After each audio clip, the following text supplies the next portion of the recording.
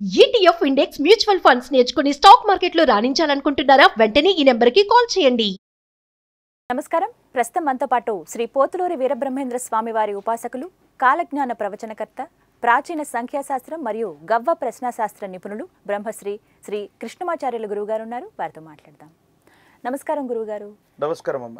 ఆంధ్రప్రదేశ్లో రాబోయేటువంటి ఎన్నికలకి సంబంధించి అప్పుడే సర్వేలు మొదలు పెట్టేశారు. ఇందులో భాగంగా మరొకసారి వైఎస్ఆర్సీపీ అధికారం చేపట్టబోతుందని కొన్ని సర్వేలు చెబుతుంటే ఆ అవకాశమే లేదని మరికొన్ని సర్వేలు, పరిస్థితి కాస్త అంటే టఫ్ ఫైట్ ఉండబోతోంది పార్టీలన్నిటి మధ్య అని చెప్పి మరికొన్ని సర్వేలు చెబుతున్నాయి.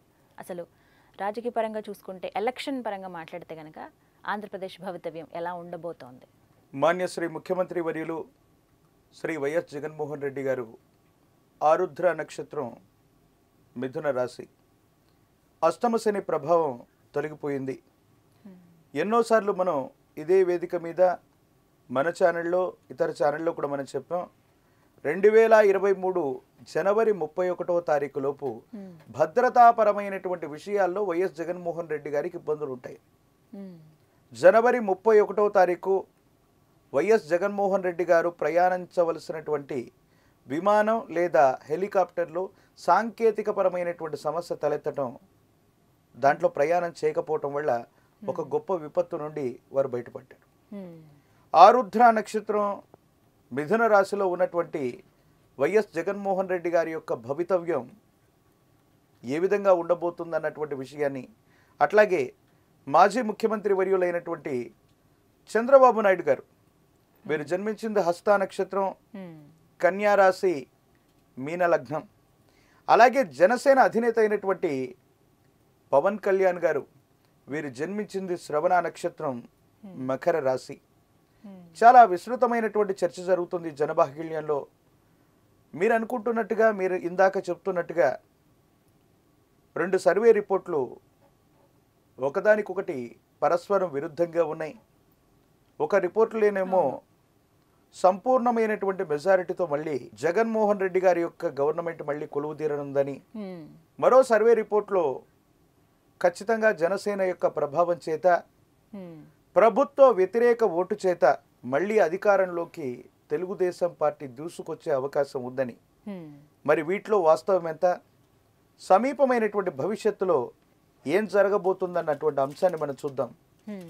మొదట మాన్యశ్రీ ముఖ్యమంత్రి వర్యులు శ్రీ వైఎస్ జగన్మోహన్ రెడ్డి గారి యొక్క భవితవ్యం. ముందే మనం అనుకుంటున్నాం, రాహు సంబంధమైనటువంటి సంఖ్య 4 కానీ, కేతు సంబంధమైనటువంటి సంఖ్య 7 కానీ రాకూడదు.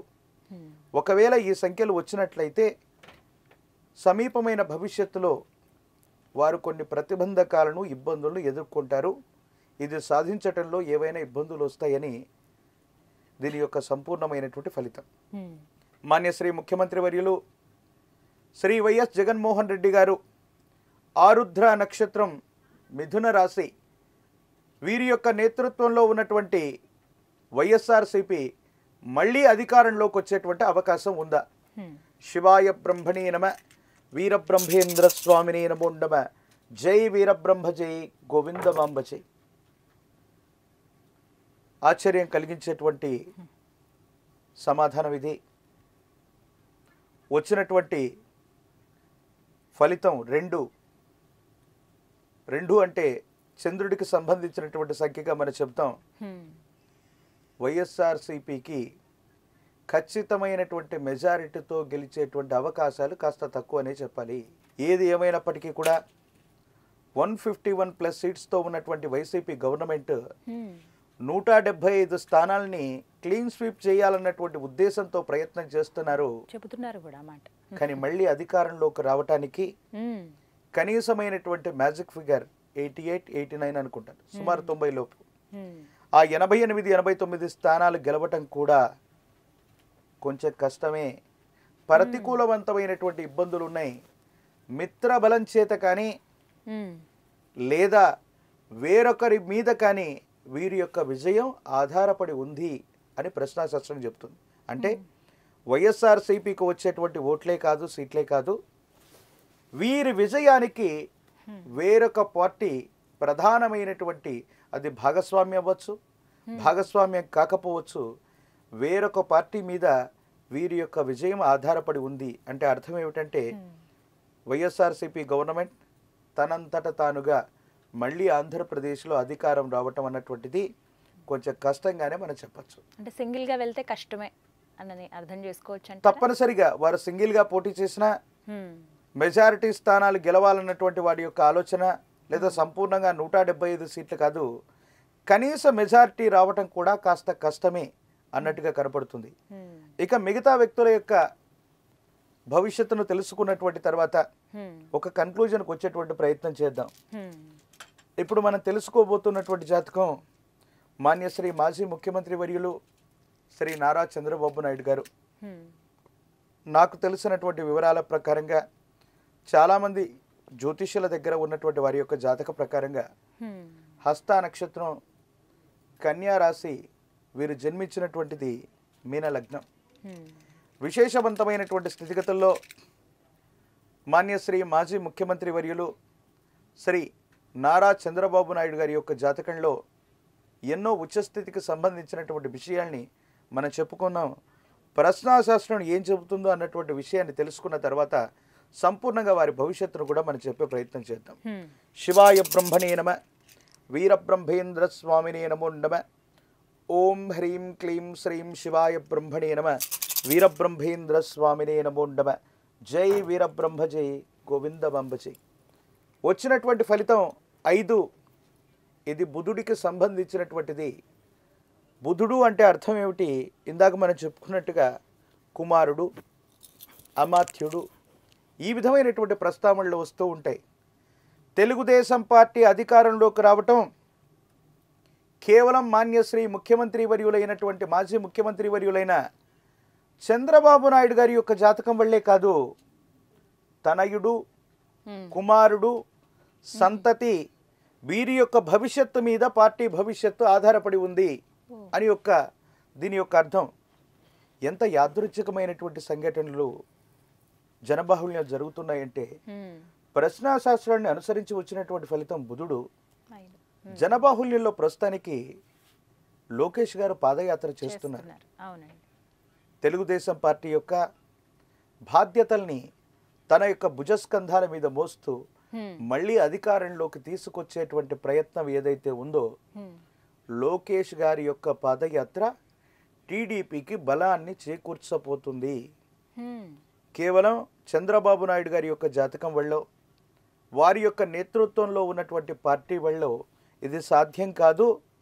ఒకవేళ మిరాకిల్ ఏదైనా జరిగితే టీడీపీ అక్కడ అధికారంలోకి వచ్చేటువంటి అవకాశం ఉంటే అది కేవలం నారా లోకేష్ గారి వల్లే, వాళ్ళు చేసేటువంటి ప్రయత్నాల వల్ల సఫలీకృతమయ్యేటువంటి అవకాశం ఉంది. అంటే ఖచ్చితంగా అధికారంలోకి వస్తుందని కాదు, కానీ టీడీపీ యొక్క విజయ అవకాశాలు, ప్రభుత్వం అక్కడ నిలబడాలన్నా, ప్రభుత్వం అధికారంలోకి రావాలన్నా వారి పార్టీ బాధ్యతలన్నీ కూడా ఈనాడు తాను మోస్తూ ఉన్నటువంటి లోకేష్ గారి యొక్క భుజస్కంధాల మీద ఏదైతే ఉందో, నారా లోకేష్ గారి యొక్క భవితవ్యం కూడా ఈ 2024 ఎన్నికల్లో ముడిపడి ఉంది. ఖచ్చితంగా నారా లోకేష్ గారు చేస్తూ ఉన్నటువంటి పాదయాత్ర తెలుగుదేశం పార్టీకి ఖచ్చితంగా ఇది అత్యంత అనుకూలవంతమైనటువంటి పరిస్థితిని ఇస్తుందనటంలో ఎటువంటి సందేహం కూడా లేదు. అయితే టీడీపీ ఇక్కడ పొత్తుతో వెళ్ళే అవకాశాలు ఉన్నాయా? పొత్తుతో వెళ్తే మంచిదా, లేకుంటే ఒంటరిగా వెళ్తే విజయ అవకాశాలు ఎక్కువగా ఉన్నాయా? బుధుడు మిత్రకారకుడు, అలాగే కుమారుడు, ఇటువంటి స్థితిగతులకు సంబంధించి మనం చెప్తూ ఉంటాం.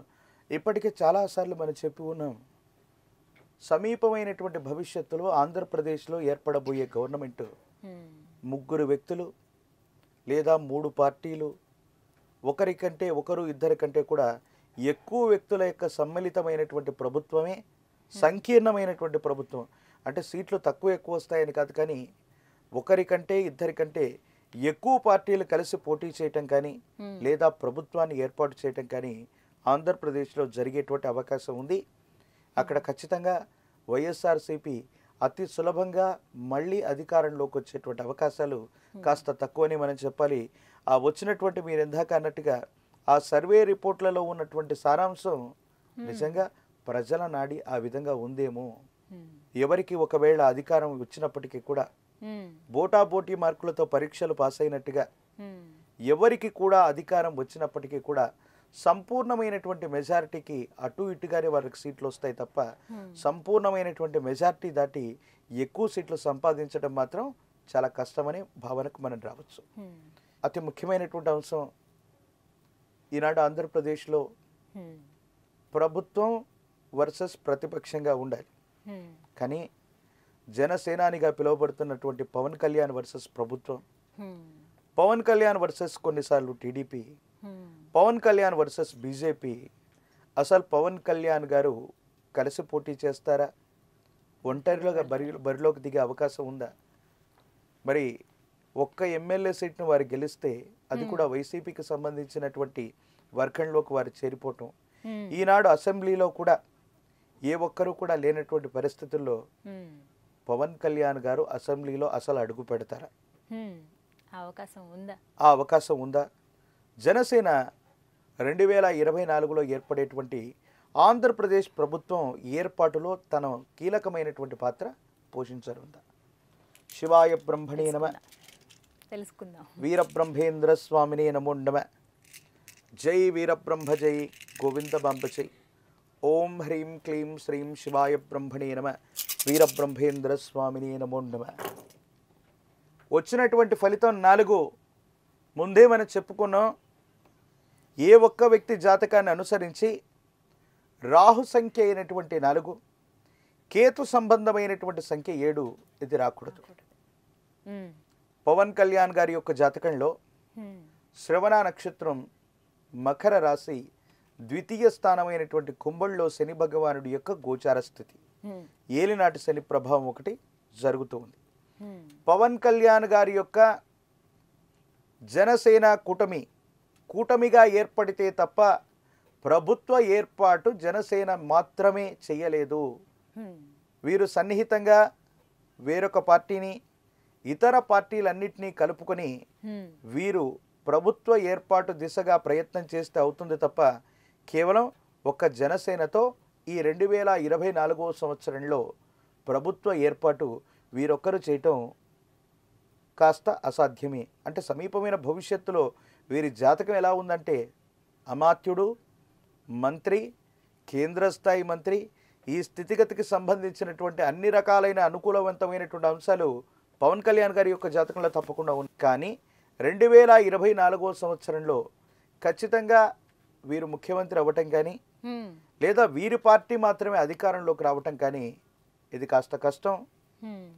సన్నిహితమైనటువంటి మిత్రవర్గం, మిత్ర కూటమి వీరితో ప్రయత్నం చేస్తే మాత్రమే అనుకూలంగా ఉంటుంది అన్నటువంటిది ప్రశ్నాశాస్త్రం చెప్పినటువంటి సమాధానం.